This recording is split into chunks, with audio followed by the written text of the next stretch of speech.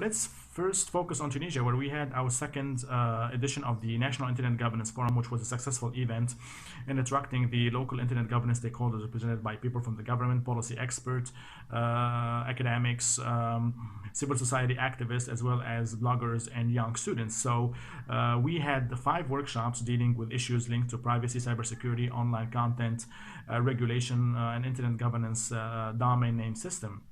So the event was preceded as well by the one-day training for students through the Tunisian School of Internet Governance on issues linked to human rights, the history of internet and its regulation. So now let's move to Turkey, where in a recent development, Turkish court freed human rights activists, but pending trial.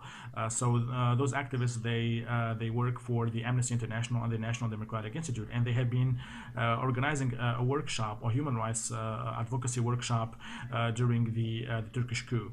So they have been freed last week, and we need to mention that 50,000 other Turkish activists and human rights advocates are still in prison because of their use of social media to criticize the Turkish regime.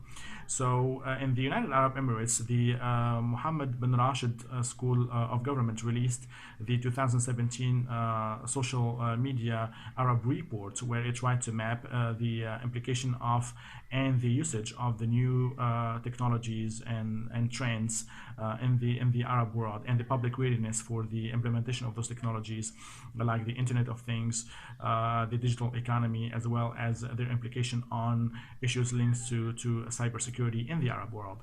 Let's now focus on Bahrain, where 2 prominent cybersecurity activists, they have been freed from prison, but banned from travel because of their criticism of the Bahraini regime behavior toward the dissidents and people usage of social media. So many prisoners, they have been put in prison, and those 2 activists